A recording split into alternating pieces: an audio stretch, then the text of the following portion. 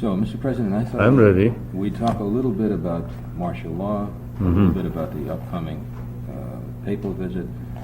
As usual, some tough questions, which you've never ducked on me. To be expected, make it interesting Right, okay. without sounding vitriolic and adversary.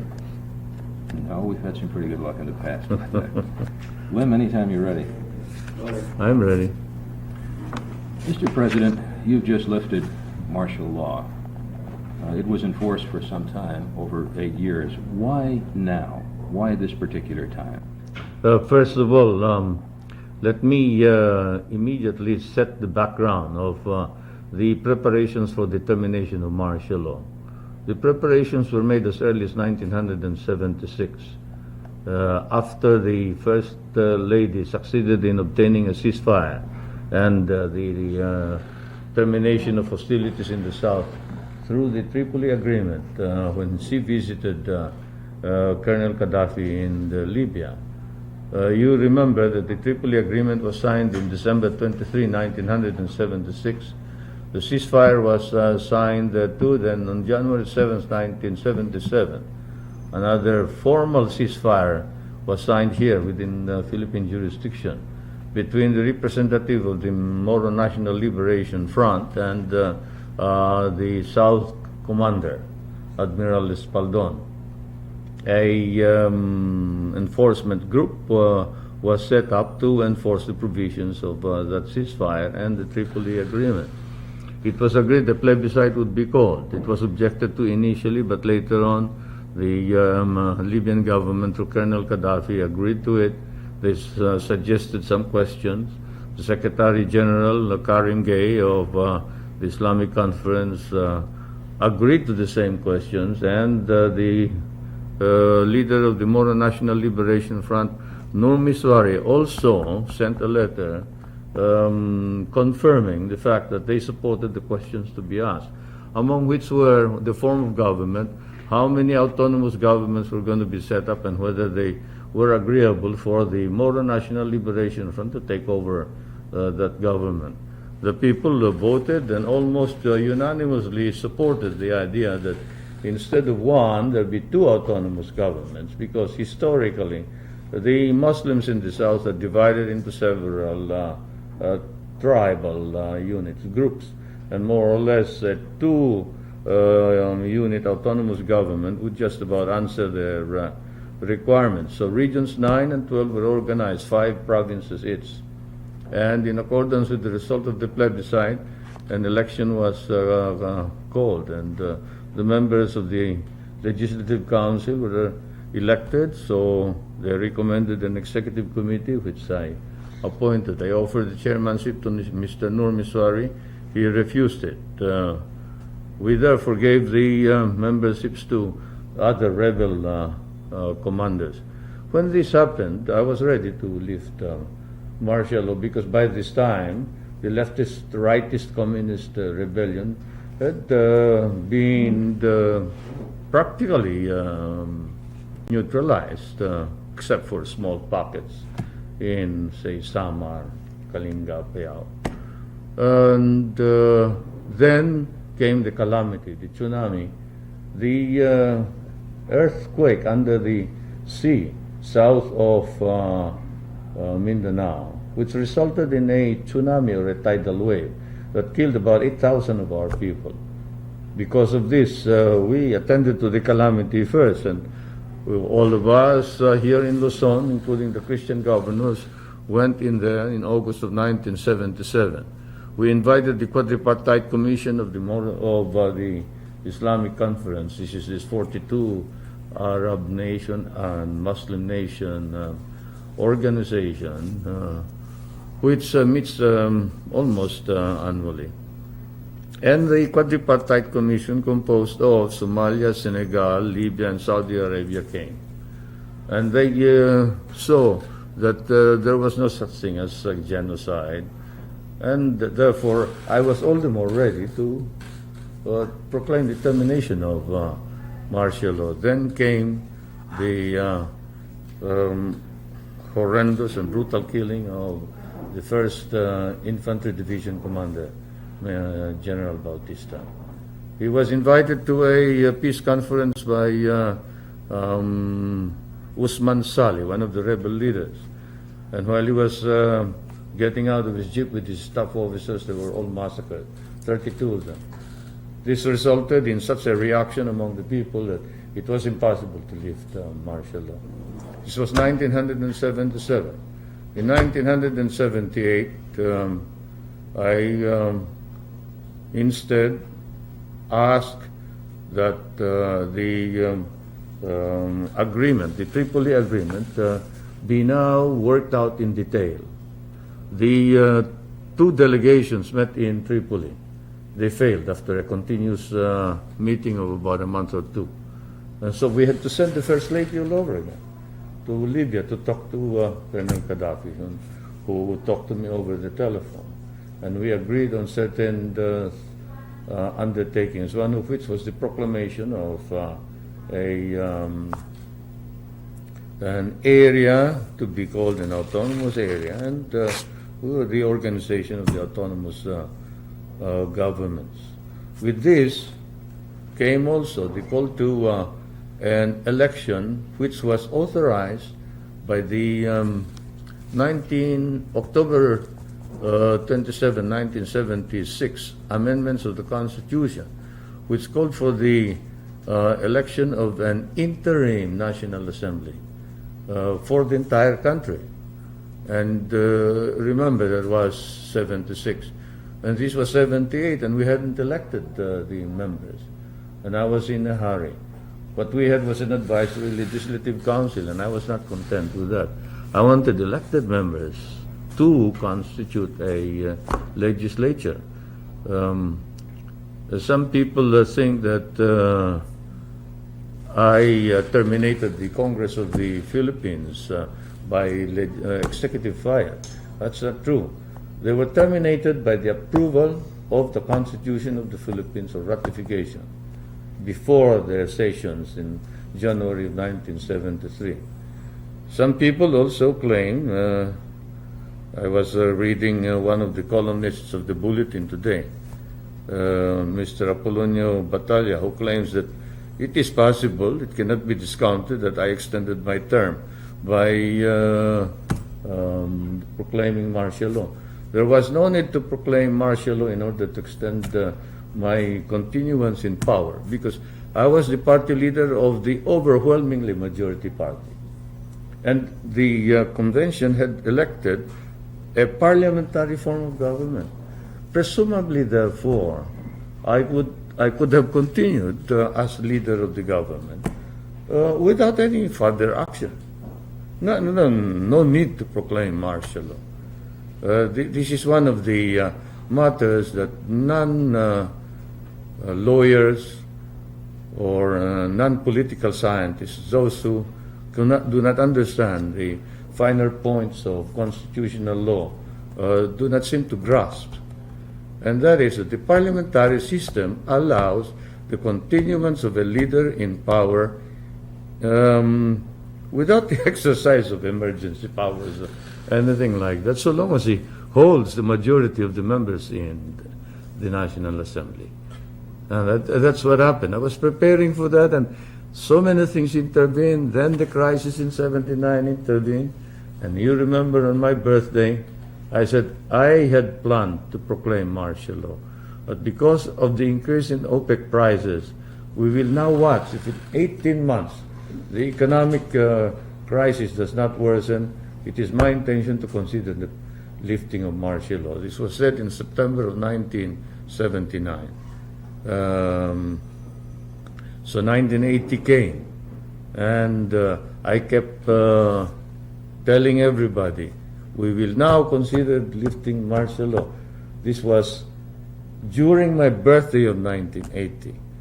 If the things don't change by the end of the year, or even or immediately thereafter, we will now consider the lifting of martial law. And why now? Because there is no ideal time for the lifting of martial law. We had been prevented, or the attempt to terminate martial law had been aborted many times. 76, 77, 78, 79, 80. Now that's about enough. I have had enough of these circumstances preventing the lifting of martial law. And so, considering the relative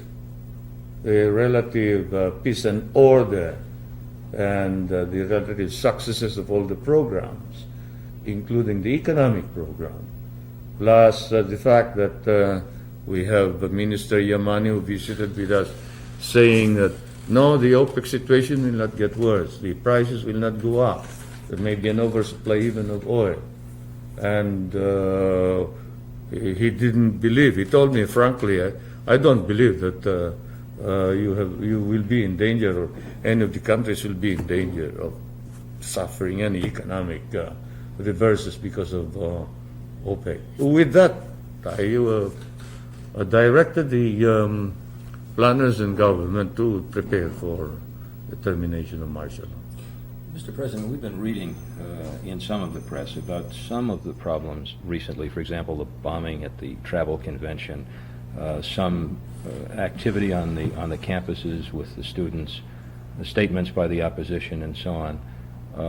Still some problems in the South, and it just seems to someone who has seen martial law before and after the fact that this particular timing was no better or worse than a lot of the other times. And some critics of yours have said that you lifted it really because of the new administration in Washington coming in, and also the visit of the Pope, that the timing had more to do with that. The problem with people who speculate about the conduct of government is that they think less of national interest than of their own peculiar prejudices. The trouble with studies and assessments of this nature is that you really can't read exactly what are the imponderables that work on the leader in making a decision. First of all, you must remember that as of 1976, I had decided there was no anarchy in the land. Now, under the Constitution, anarchy is the legal basis for the proclamation of martial law. Secondly, I had maintained that the Commander-in-Chief provision should be utilized to restructure the society. And radically, we had restructured our society. From 1972 to 1976, we had converted a rice deficit country, which at the last importation of rice imported $500 million worth of rice, into a rice exporting country. We had altered the complexion of our exports. The economic planning was centralized. Originally, we had 4 historic exports: plantation crops, unprocessed, raw, primary products like centrifugal sugar, coconut meat, copra, unprocessed into coconut oil, unworked logs, and mineral ore. And all of this must have constituted about, 80 to 85% of the exports of the Philippines. In 1972, they constituted only 1 billion. We increased this to 5 and even more, probably 10 times, and diversified. 1/2 of all the exports now are non-traditional items: semi-processed food, garments, textiles, electronics, and things like that. Now, we restructured our society. No matter what anybody says, the society we have now is completely different from the society we had before. Before, you could not get anybody come out of their homes beyond 6 o'clock in Central Luzon, Ilocos, Cagayan Valley, Samar, Leyte, Mindanao. You know that, and even here, everybody was fleeing. They were sending all the families out, and our foreign exchange reserves was practically zero. How much are the foreign exchange reserves now? 3,100,000,000. We restructured even our income groups. There are more people now earning, say, 30,000 pesos and more annually than in 1965, 1972. How much more? More than double. And there are less people now who are earning 1,999 pesos and less. They used to constitute 1/4 of our population. Now they don't constitute about 1/10 of our population. Now, this kind of restructuring, economic and social, then you have people proud of their traditions, of their past. They want to know what their past was. They have recovered their self-respect. They're not apologizing or making any excuses for whatever happened in the past. They are making up for it. And they're proud to be Filipinos. More than anything else, this to me is one of the greatest restructurings, the spiritual, internal restructuring. Even those who are living in the slums have been motivated into improving their houses. But they were told, we will advance to you the money. You remember, we are the first country that the World Bank lent money to, 63 million, for urban renewal, which really means improving the slums. But before we spent the money, I experimented with a new approach. Instead of just giving the money and dole it out to them free, in order that they can improve their houses and realign those houses, put up the infrastructure. We tested out a new scheme in my part of the country where we upgraded villages, but we told the villagers, you'll have to pay for the cost. And we don't care, it may take 25, 30 years, but this is money that is advanced to you, but which you must repay in order that it will regenerate itself and it can be used continuously as a sum of money to keep on helping others after you, and you have to learn a livelihood. And so you see in the slums now, the core of housing and human settlements is not building houses, it is livelihood. It's teaching the man to learn, to earn his own income and to stand on his own feet. It's the typical Asian saying, teach the man how to fish instead of giving him fish, and you will help him throughout his life. And that's what has happened. Now, all of this went into the, should we say, studies as to whether we should now proclaim martial law termination or not. And to say that it is to satisfy this or that administration. Now, we respect President Reagan. We have the highest appreciation for all his statements to the effect that he will maintain... Excuse me. Oh. Can somebody get me a glass of water?